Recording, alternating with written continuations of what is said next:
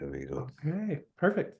Okay, welcome back, everybody. This is our 7th colloquium.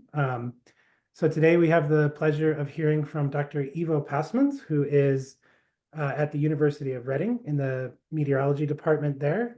He got his PhD in ocean, earth, and atmospheric sciences at Oregon State University, where he helped to develop a novel cluster search method to efficiently run an ensemble of 4D VARs using even limited HPC resources. And lately, I think he's been working on DA methods with discontinuous Galerkin methods, which I think a paper just came out, if I'm not wrong, in May or so. It's in Quarterly Journal.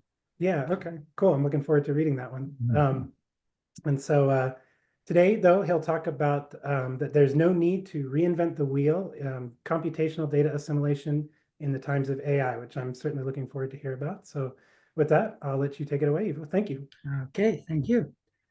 So for those of you who've been to conferences in the last 2 years, you would have noticed that there's at least one session about artificial intelligence now in every conference. And it's quite understandable because the ability of artificial intelligence and machine learning in particular to fit any function given sufficient number of observations makes it possible to address problems that we wouldn't be able to solve that are way too complex to solve from first principles.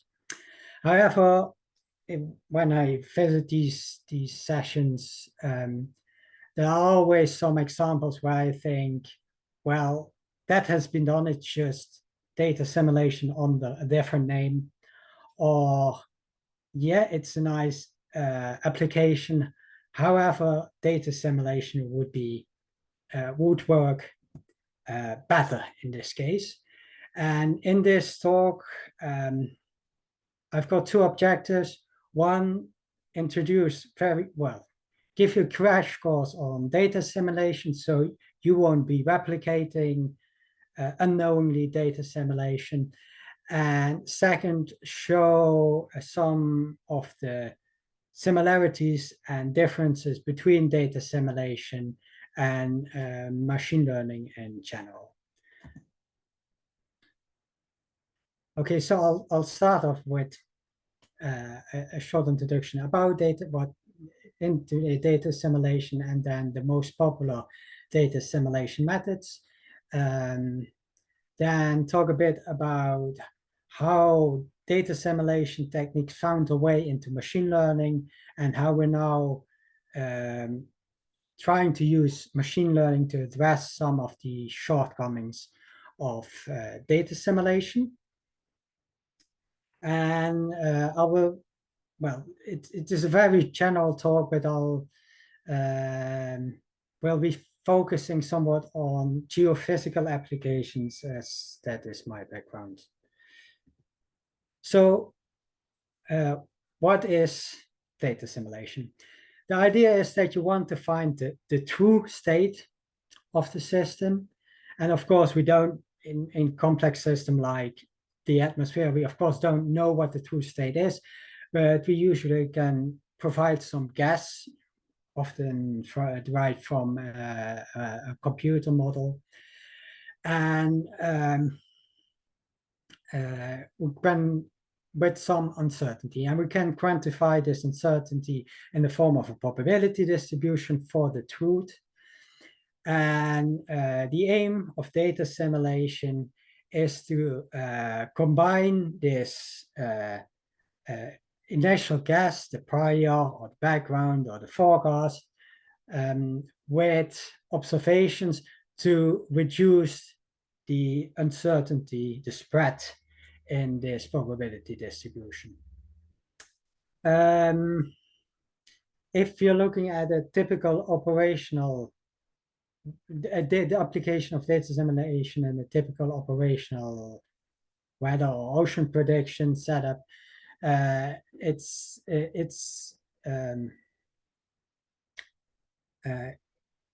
it constitutes a state space model in the sense that the true state is given by this x. So in the case of a weather model, this x would be a vector with the temperatures and humidities and whatever at the different locations of some computational grid. And the true state of the atmosphere at the next time step is related to the previous time step via partial differential equations, or discretized partial differential equations, plus optionally some model error. In machine learning parlance, this would be referred to as the hidden state. From this hidden state, we can get some observations via the observational operator H plus some observational error. And for example, we can look at the shallow water equations, giving the velocity along the page, v the velocity into the page, h the surface of the, for example, the ocean, and capital H the ocean depth, and the f over here is the Coriolis parameter related to the rotation of the Earth. And these equations describe flows in the ocean and atmosphere at the lowest level. And they have a stationary solution called the geostrophic balance. Now, suppose we, as a first guess, we assume that the surface is flat, and that we then get some observations of the surface height. Now, a naive approach would be to replace the surface height at the locations where we got observations with the value of the observations. There are, however, some problems with this. For starters, the observations themselves in geophysical applications are imperfect. So in the case of sea surface height, it would be satellite observations that are distorted by the atmosphere. And so the true value will actually differ from the observed value. Second, the observations are generally sparse. In the case of these surface sea surface observations from satellites, it's just usually a line. And of course, if there's an error in your model estimate at one point, then it's very likely that it's not it's still there at the adjacent point. And this naive approach can't account for that. And finally, if you just pull your solution towards your observations, you might pull it away from the manifold in which the stable solutions lie. And the result of that is that the moment you start your simulation after making the correction, your correction dissipates away in the form of wave, completely distorting your model output. Data assimilation is a solution for that. It takes into account this the fact that the observations are imperfect and that errors have a certain spatial structure.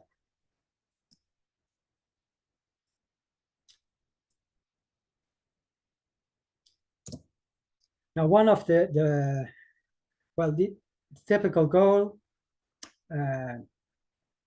in data assimilation or in sequential data assimilation is try to find the true state at time t, given some observations up to and including time t. And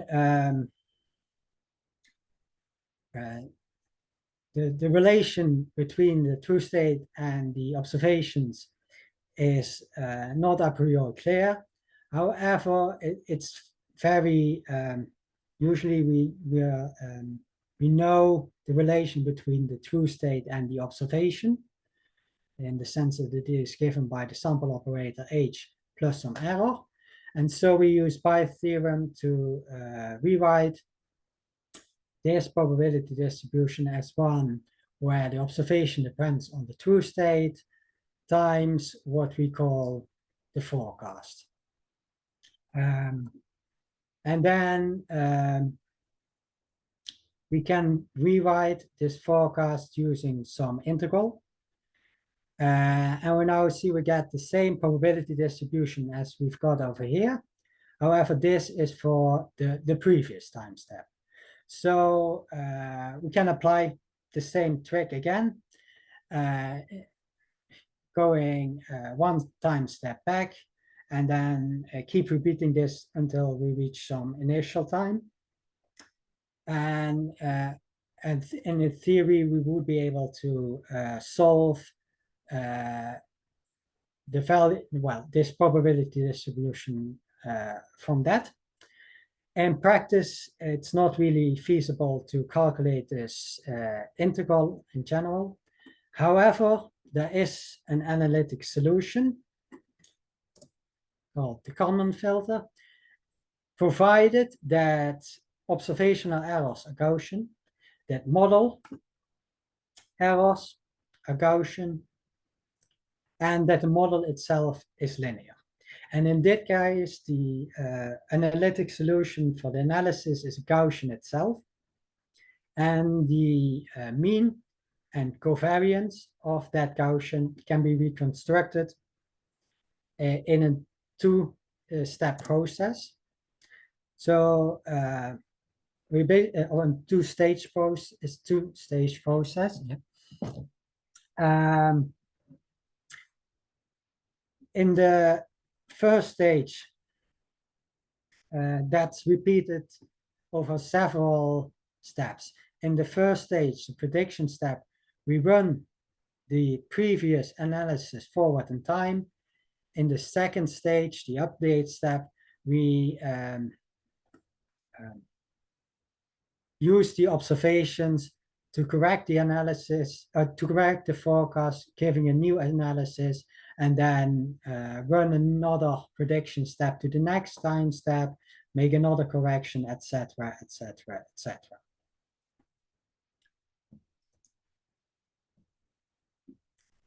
Now the prediction step,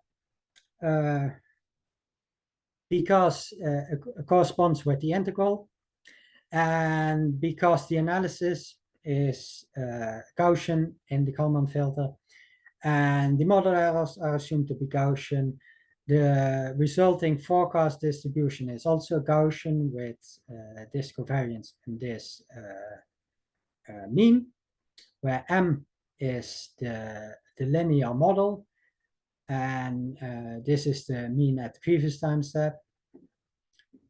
And in the update step, the forecast distribution is multiplied by the probability of the weighting that we get a certain observation. And both these probability distributions are Gaussian, so the exponent is a second order polynomial. And we can find what the mean and the covariance are in the new analysis function by equating the terms on both sides that are second order in X, which gives a new expression for the analysis covariance as a function of the forecast covariance and the observational error covariance. And after doing so by equating the terms that are first order in X, we can find this analysis mean as a function of the forecast mean, as well as, once again, the forecast covariances and the observational error covariance. And this combination of terms is referred to as the Kalman gain. Now, the problem with the Kalman filter in practice is that the assumptions, especially the assumption that the model is linear, doesn't hold for more complex systems like the weather, and that typical weather models, which have dimensions of 10 to the power 18, I think, are so big that it becomes impossible to store their matrix into memory. So another approach is necessary, and that other approach is the ensemble Kalman filter. The idea behind the ensemble Kalman filter is that you're just going to assume that the analysis probability distribution is a Gaussian, and that you estimate the mean and the covariance of that Gaussian from an ensemble of model runs. So you run your ensemble members forward in time, you calculate your mean and your covariance from that ensemble. You make corrections to the ensemble members in the update step, then you run it forward in time again, your ensemble to the next observation time, and you make corrections again to your ensemble member, etc., etc. A different approach is variational data assimilation. In variational data assimilation, you're not trying to resolve the full probability function for your truth. Instead, you try to find your truth by minimizing a cost function. Now, two popular methods. In the 3D var, you try to find the correction to your initial guess, or which is coming from a forecast run, and this correction is independent of time.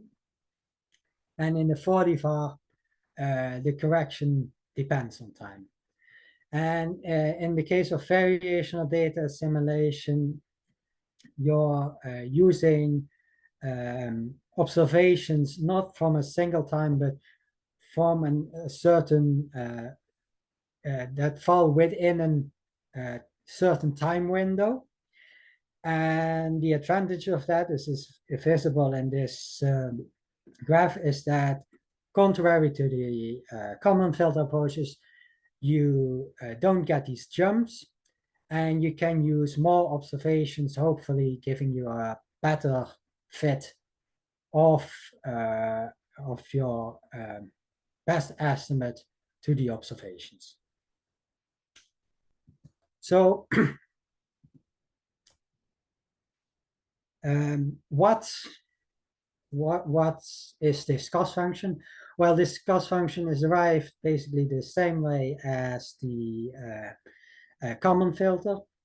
So once again, you assume that your observational errors are Gaussian and that the truth varies around your initial forecast in a Gaussian way.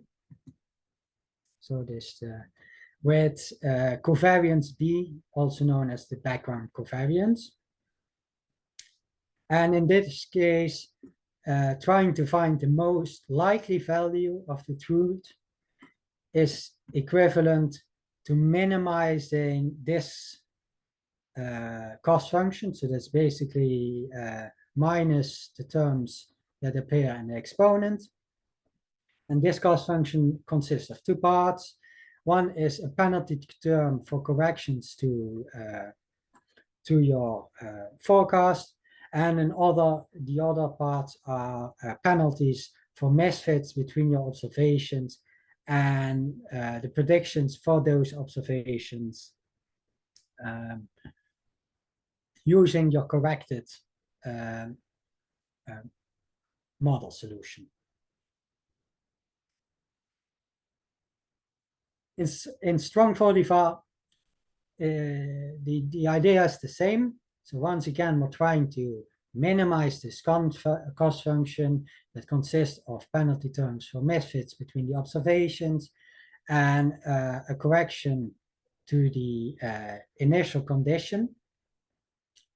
However, in this case, things are more difficult because all these the solution at time t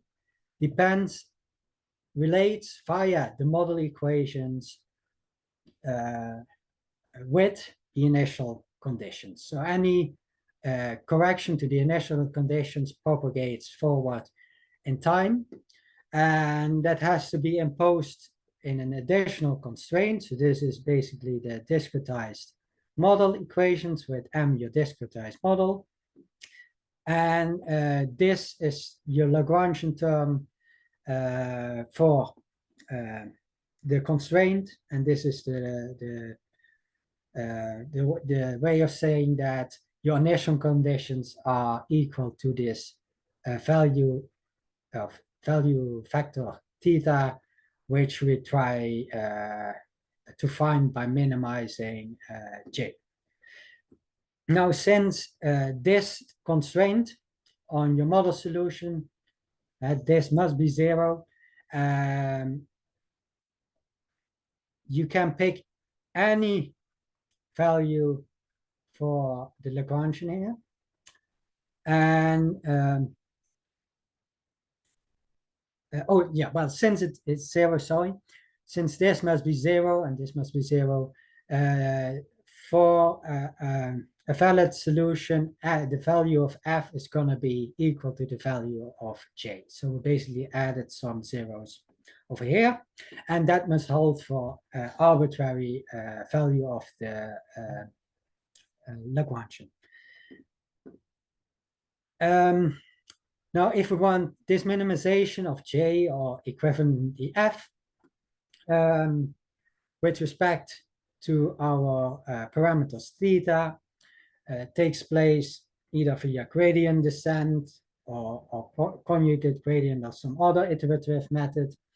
And so we need to know what the gradient of f to theta is. And we can carry it out, but we have to take into account that these values of f depend indirectly on theta. So if you write it out, you get these well, these terms. And the problem lies here, in the sense that we don't know a priori what is dependence of x on theta is, and we can avoid this problem by picking our adjoint such that this term and this term is 0, thus eliminating our problematic derivatives on x. And if we're doing so, we end up with these equations for the gradient. So the gradient depends on the adjoint at time t, where the adjoint at time 0, where the adjoint at time 0 can be derived starting from the adjoint at the end of the window at time t, and then working backwards using the adjoint of the model operator, of the derivative of the model operator to x, also known as the tangent linear model. So the adjoint of that tangent linear model, running it backwards in time from t to 0.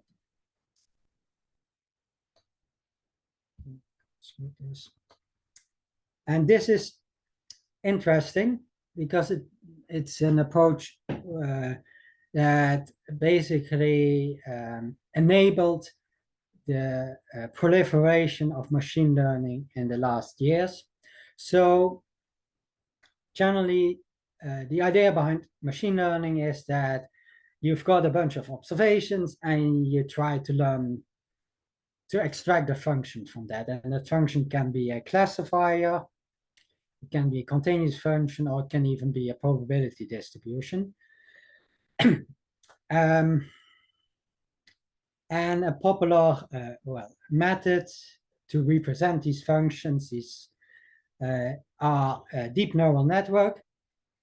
And the deep neural network consists of layers. There's an input layer. So in this case, there would be as many inputs as there are dimensions in your input vector.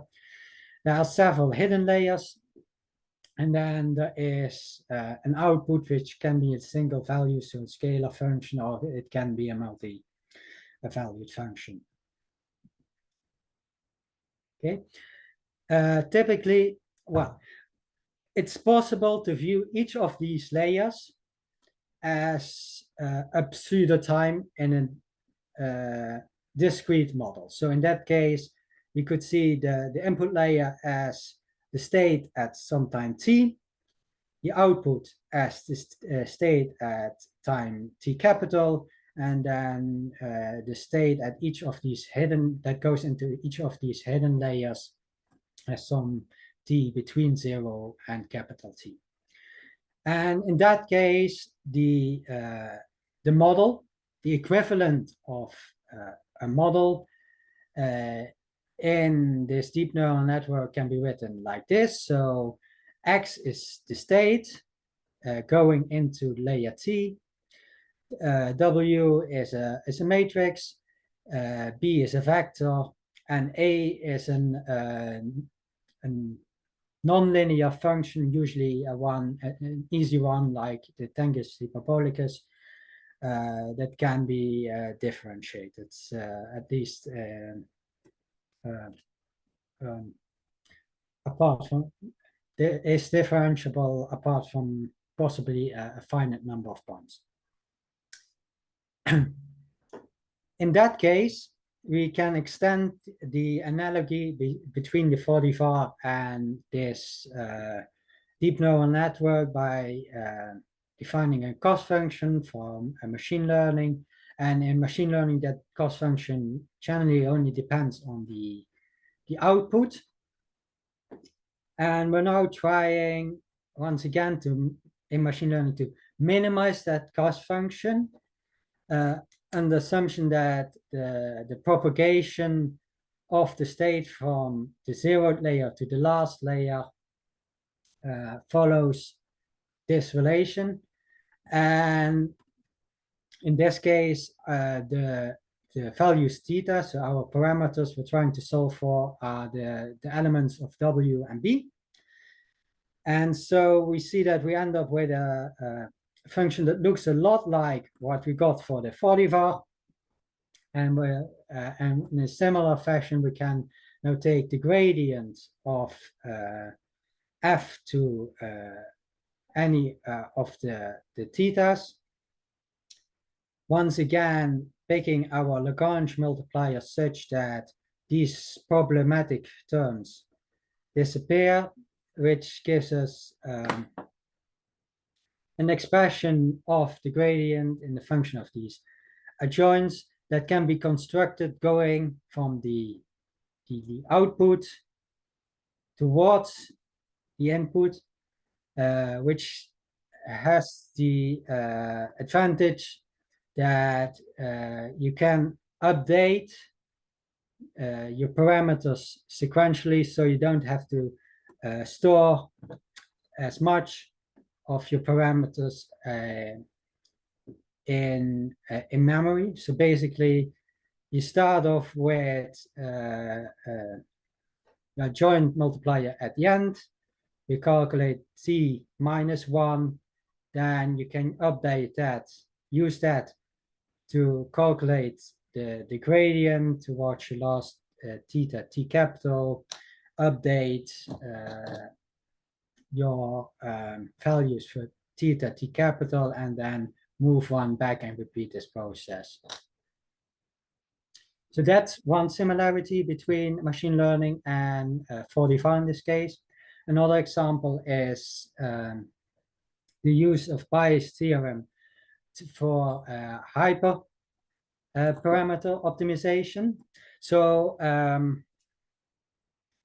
using the backward propagation I showed on the previous slide, you can find the values for theta, so that is the W's, the elements in W and beta that minimize the cost function, but often these machine learning algorithms also contain parameters that don't depend on that are not weights in the layers. For example, the value of your regularization parameter.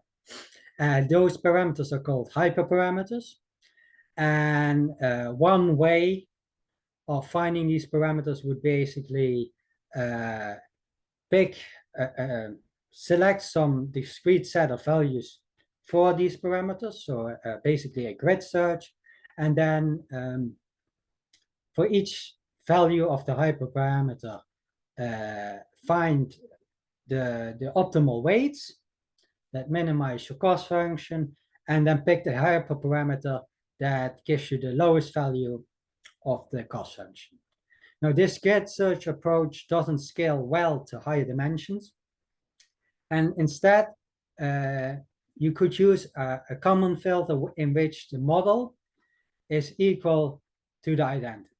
So for example, let's say this black line is the optimal, so the minimal value of your cost function given a certain hyperparameter. And you want to find the hyperparameter value that minimizes your cost function. And you start off with and first estimate, in this case the blue line, and you assume that your covariance is that's the P and the covariance P in the Kalman filter is very large because you have no clue what the actual value of your cost function is. And this dashed line indicates the value of the cost function such that there is a 20% chance that the value of your cost function is equal or lower than this line. And you now search for where this line assumes its minimum. So in this case, because it's a flat line, it's the first point. And then you use the Kalman equations to update your initial estimate as well as the covariance. And then after that also updates this line. And after that, you find the point where it takes its next minimum and takes another observation over there. And then you use the Kalman equations again to update. And so rapidly, you will end up very close to the minimum, the hyperparameter value for which the cost function obtains its minimum. Okay, skip. So that's where data assimilation techniques ended up in machine learning. Now I want to show a bit about where machine learning is currently being implemented in data assimilation. One approach, and I'm not going to go into much detail here, is the solution to the 3D var, 4D var. So the minimization of the 3D var or the 4D var cost function requires the finding the solution to a linear system. That can be sped up with a preconditional, of course. And the idea, what has been tried, not just in data assimilation, but also in numerical linear algebra in general, is to use machine learning to find possible preconditionals. And this is an example of that. Maybe more data assimilation related is the use of machine learning to address some shortcomings of data assimilation, especially ensemble data assimilation. So ensemble data assimilation comes with well, several problems. One of them is the fact that if you use an ensemble to estimate your covariance, then the rank that covariance won't be full rank. It will have the same rank as the number of ensemble members minus one. And that's problematic because the Kalman filter equations show that your analysis is your forecast plus something that lies in the image of your covariance P. So if that covariance P is not full rank, there is a limit to the different types of corrections you can make to your forecast to get the analysis. Furthermore, if you look at this graph, this shows that given the true correlations, what are possible values of the sample correlation as constructed from ensembles of different sizes. And you see that even if the true correlation is 0, then with a limited ensemble, there's a very good chance that you end up with a sample correlation that is non-zero.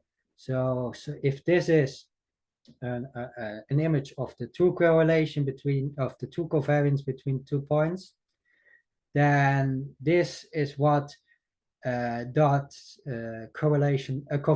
looks like as estimated from an ensemble of 16 ensemble members. So there's a lot of noise, and that has to be removed. Typically, this is done in data assimilation using a technique called localization. Okay, that's problem one with the covariance matrix. Problem two is that in variational approaches, it is usually assumed that this covariance matrix, it's the B term for the is static in time. And this is in reality, at least in geophysics, not the case. So for example, what you're looking at here is for the coast of Oregon on the left-hand side, the covariance between the temperature at this point and the temperature field around it, as well as the velocity field, coming from a static covariance, and on the right-hand side, the same, but now from an ensemble covariance. And you can see the two are quite different because the changes in the ocean offshore Oregon in time. And well, that's another shortcoming of covariance.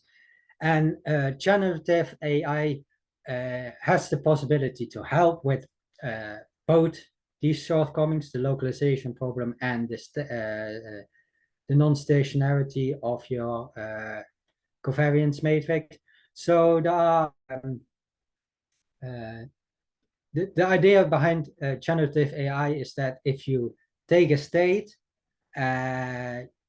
you produce, you try to find a probability distribution in another space called the latent space, usually of lower dimension than your initial space.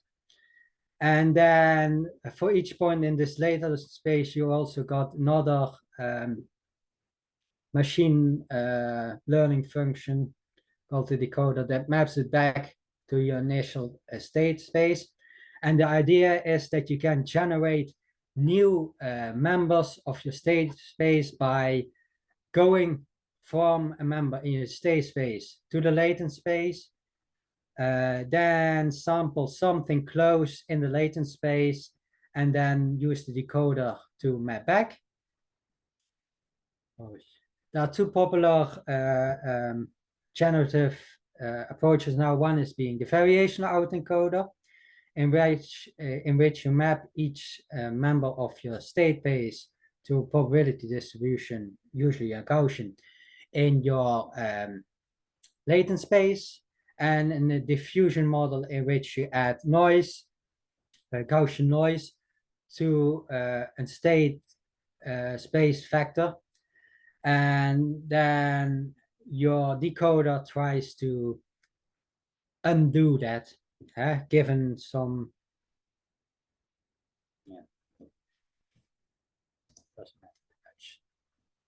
so the one way this generative AI can be used is to generate largest ensembles so that you don't need localizations and ensembles that change over time because you're going to sample in different parts of your latent space. Okay, for the first approach, the way it works is you take a forecast, you pull it through this encoder, which gives you a forecast in latent space. Then you sample some points close to your latent forecast. Then you pull these points through a decoder and now got an ensemble, a big ensemble in the state space. And you can use your ensemble Kalman filter in the state space now to calculate a correction in the conventional way. Alternatively, you take a point in the forecast, pull it through the encoder, then you end up in once again with a point in the latent space, but now you apply 3D var of ensemble Kalman filter in that latent space, giving you analysis in the latent space, and then you pull that through the decoder, giving you analysis in your state space. Now, the great benefit is that it introduces time dependence. So what's happened here, the Mailink has taken a forecast for different times, pulled it through the encoder, then sampled an ensemble close to it in the latent space, then pulled that through the decoder and calculated the background of that ensemble, and that's shown over here.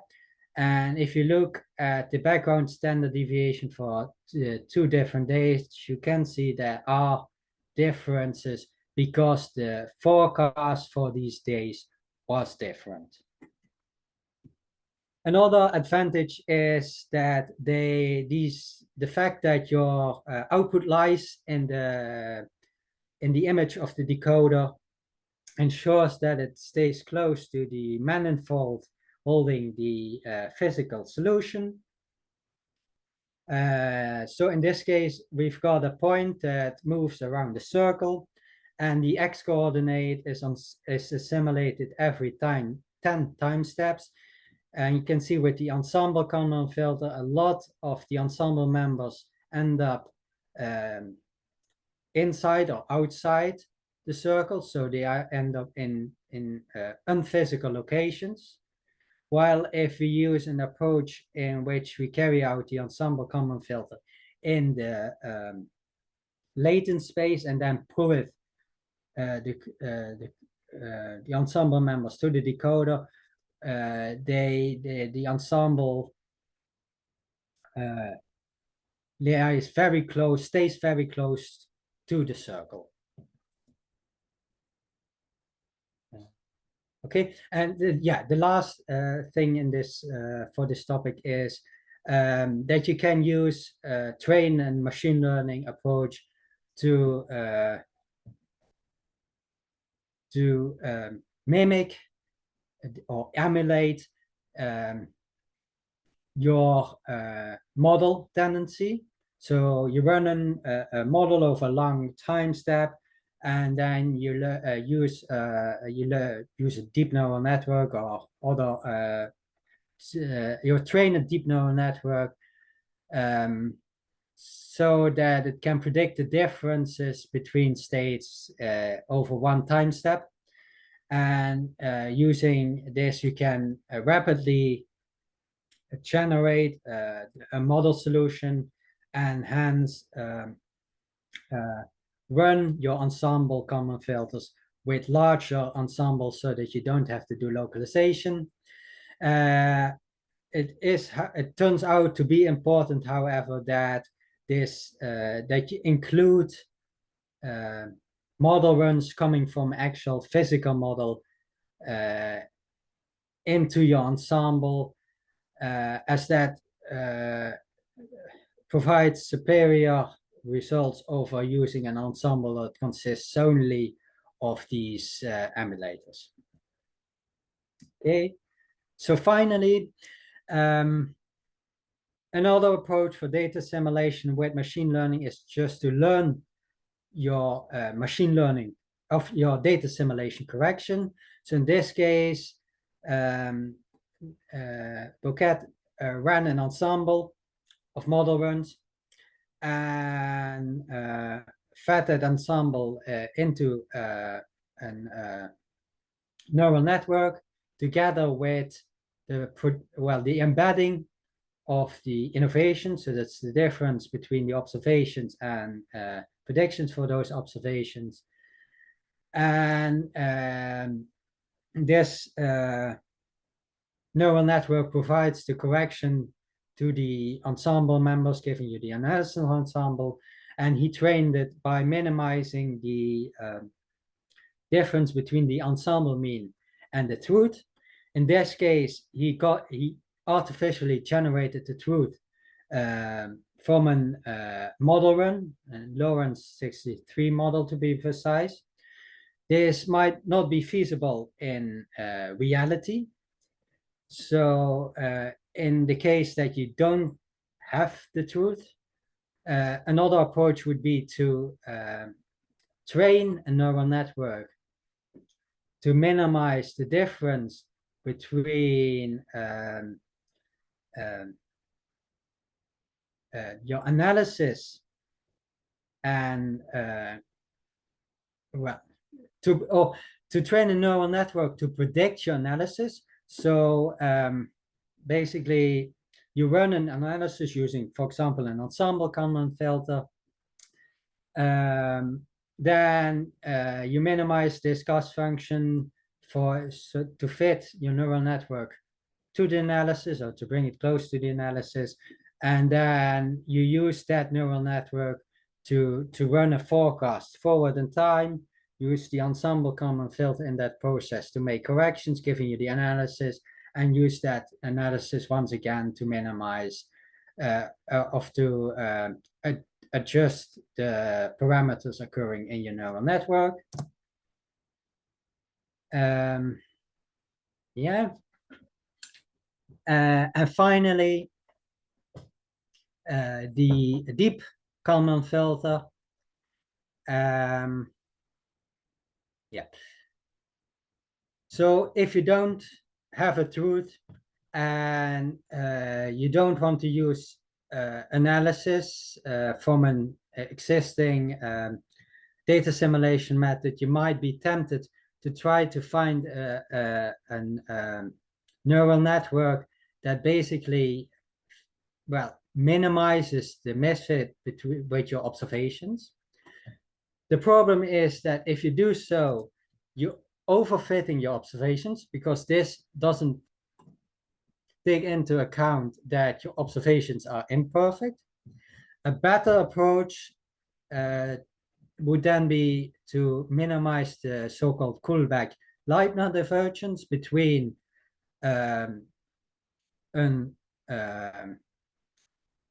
probability distribution that's generated by or that contains a neural network, and your analysis probability distribution. And the Kullback-Leibniz divergence is a positive metric that obtains its minimum of 0 if this distribution is equal to this distribution. And using Bayes' theorem, one can rewrite the KL divergence using the dependency of your observations on your true state, which is a Gaussian, as well as a KL divergence that between the function you're trying of the probability distribution you're trying to recover and the your previous analysis distribution. So basically, what's happening here is that by minimizing this KL, you're trying to find a probability distribution Q that maximizes the likelihood to find the observations, but has a regularization term that keeps Q close to your previous analysis distribution. So in summary, when should you use data assimilation? When machine learning? Well, data assimilation is great if you've got imperfect observations, or you have to do with little observations, sparse observations, or even have cases in which you don't have observations at all, because in that case, your model will provide a sensible estimate. Typical data assimilation methods, the cost minimization is something that's used by both data assimilation, variational data assimilation, and machine learning. But in data assimilation, we're usually minimizing quadratic cost functions, and so we can use things like conjugate gradient solver. In machine learning, we might have to deal with cost functions that have multiple local minima, and in that case, the Adams solver is the preferred one. Data assimilation requires no training because you specify the relevant parameters, which in the case of data assimilation are the observational error covariance and the background error covariance. While in machine learning, training is expensive because you have got lots of weights and you have to get the values using this backward propagation mechanism. But once you've got the weights, running the model, the machine learning model forward is very easy because it's mostly linear algebra.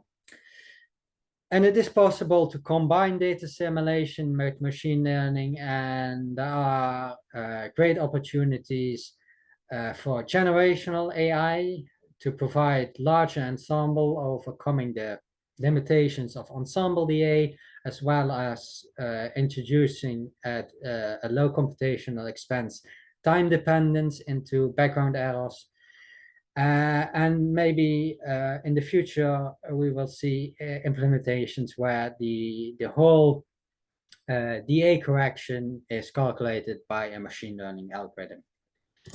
And with that, I need just to say that at a lower level, easier, more introductory level, there is an DA course available for free on this web address, and then I think I'll take questions. Okay, thank you very much, Ivo. That was really interesting. Really good exploration of DA and ML, I think. We do have time for some questions. If anybody has one, please feel free. I have a few questions. I mean, if anybody else doesn't have any more questions. Well, I have one question. Okay, go ahead. Data assimilation has been fairly successful in weather forecasting, and I'm sure that it will even advance even further using machine learning techniques. But my question is, have you seen any application of DA in climate science?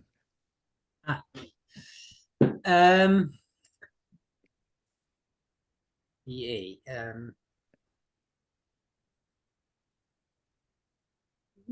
Not that I know. We tried, so Emmanuel and his students, we tried to use it for stumble models, see whether we can choose DA to back out parameters in the stumble model. That kind of worked, but Adam, I haven't seen any studies using it to actually correct the big climate models. No, but it's not completely my field, I should say. So I was wondering, for example, if you look at ice core data and you have to get the temperature out of that by doing by slicing and then matching, make that into a continuous function, essentially. I mean, that might be an application of data assimilation. Yeah, absolutely. Yeah. But it has never been tried, as far as I know. Yeah, I haven't seen it, but it doesn't say anything, I guess. Mm-hmm. Yeah, well, the problem, of course, with these climate models is that they are very expensive to run. So, Yes. and data simulation only adds to that problem. Mm-hmm. But at some point, it might be feasible. Well, so there are no climate emulators.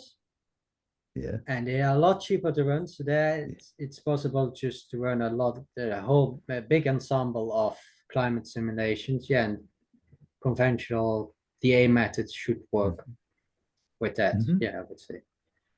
Yeah, but you haven't seen any. No. No. Okay. All right. Thank you. Well, one comment on that I could make. I mean, a lot of the reanalysis data that climate scientists use, like the ERA5 data from ECMWF, is all a product of data assimilation. So you get these reanalysis sets of data that can be really useful for informing parameters or other things, Mm-hmm. which is one way it comes in. Mm-hmm. Yeah. Okay.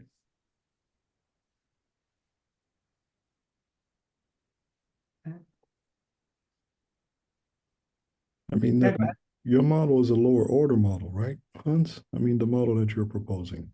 It's not like the high dimensional models that it's like a three-dimensional model. Is that correct? Is that the model that you're proposing? Am I proposing a model? Well, I wasn't aware of that. Okay. No, but I think I understand what you want to say. So my interest is primarily in conceptual models, Exactly. right, which are lower dimension, many, or let me say this, are very few dimensions, right? And there you might be able to work out a scheme that implements DA and machine learning. It's possible. I can see that as a research project. And that's why I'm asking.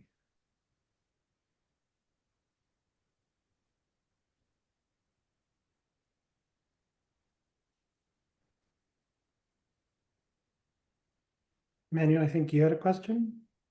Oh yeah, I mean, I had a few questions. So thank you for this very nice talk, Ivo. Okay, it was very informative.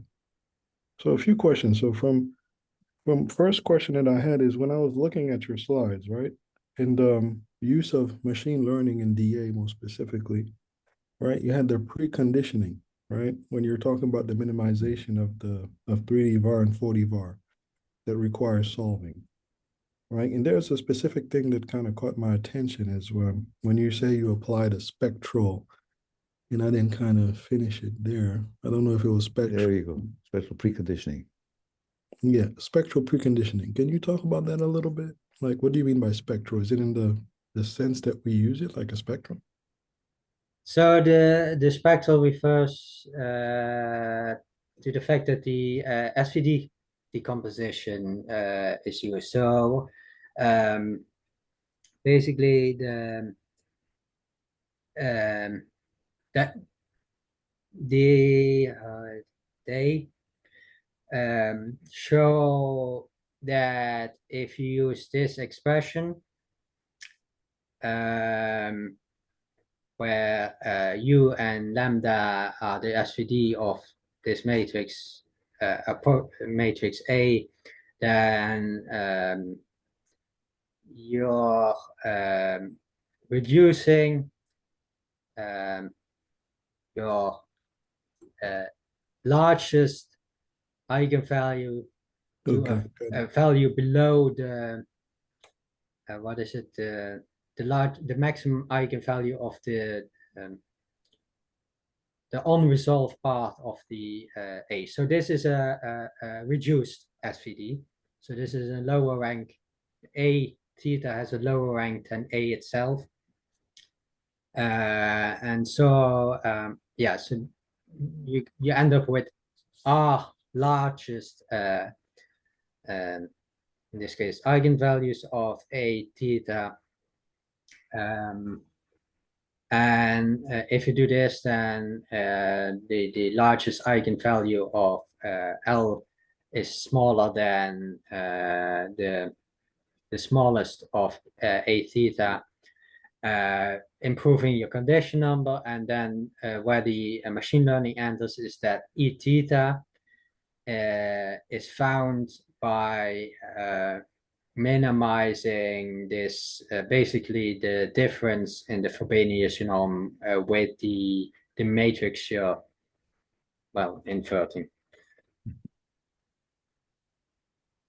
Okay, so you're saying that so spectral preconditioning has something to do with the largest eigenvalue of the operator. Is it L here? And then what are you trying to do here again? Just one last time.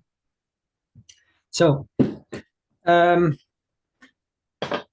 A, okay, so A has all its, because the way the smallest eigenvalue of A is 1, and then you got, so your condition number of A is equal to the largest eigenvalue of A. Mhm. And the idea is that, of course, then LAL is going to have a smaller eigenvalue, largest eigenvalue than A, because it gives you a smaller condition number and better convergence of your iterative solver. And in this paper, they show that you can reduce this largest eigenvalue by taking L like this, where U lambda are the SVD of some matrix, and then ideally this matrix would be A itself, but of course you're not going to get that, or the reduced SVD of A itself.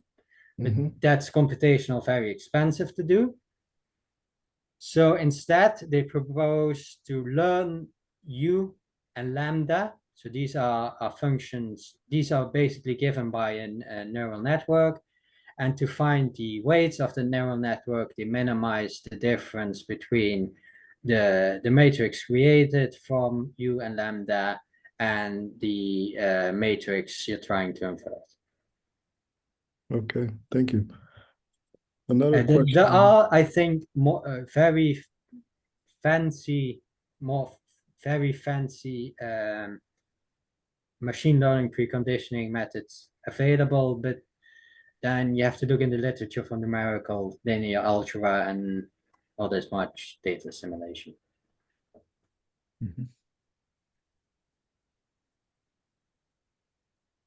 Okay, thank you. I mean, one more thing that I wanted to add. So, I mean, from listening to your talk, so is machine learning very useful to estimate parameters? Is it efficient? Like, because you need perfect observations from what you said. And then and training is expensive, right? So why not just use DA, right? And just why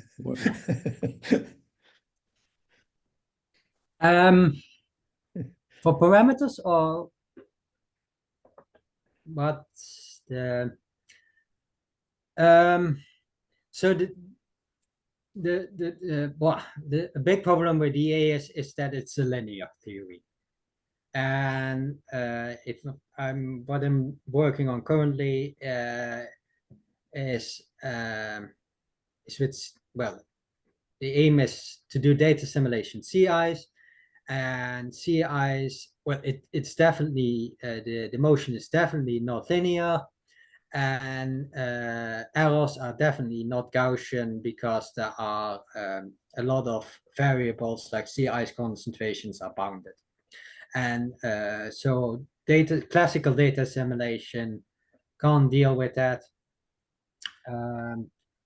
then there is this speed problem. So training machine learning is computational intensive, but in some cases you will be able to do it offline. So you only do it once, and then you can run it with it. While if you're using, for example, 45, you have to do this inversion, which is also quite costly for every time window. So if you can train your machine learning function offline, then there's a computational and time benefit to machine learning, even though training it is expensive.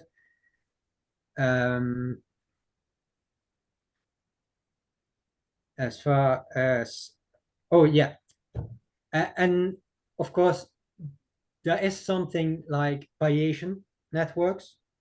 So if you're looking for parameterization, then instead you can basically use a machine learning, a neural network to give you your parameterization so that it can become very complex, far more complex than just a linear regression. And then basically get your weights machine learning in a method quite similar to data assimilation. And finally, we've got these. So what they're currently doing at ECMWF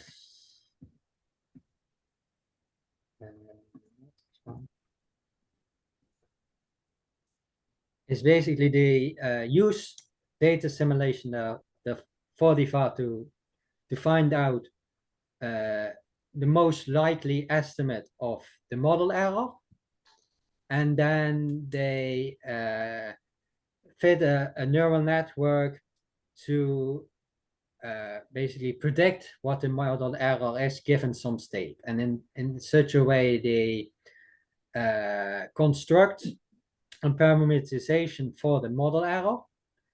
And the benefit of that is that you can use that parameterization in your forecast. So you're going to get, hopefully, better forecast. While with data assimilation, you would make a correction after, well, basically after the observations come in. So then you make a correction, but it's not gonna be of use.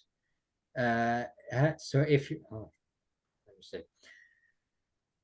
So if you make the correction, you're gonna know it has rained today, but it's no use if you went out to know that it rained today if you went out earlier today without a rain suit. So with data assimilation, you can make a correction to things that have already happened, but there is a limit to the improvement in the forecast you get from that. And with this, by learning what a parameterization for your model error, you might also not only improve the states in the past, but also your states in the future.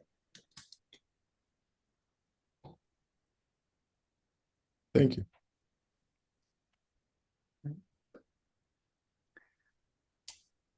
Okay. Well, let's, I guess, let Ivo get on with his evening in the UK. And thank you very much for giving a talk so late your time. We really appreciate it. Thank you for having me.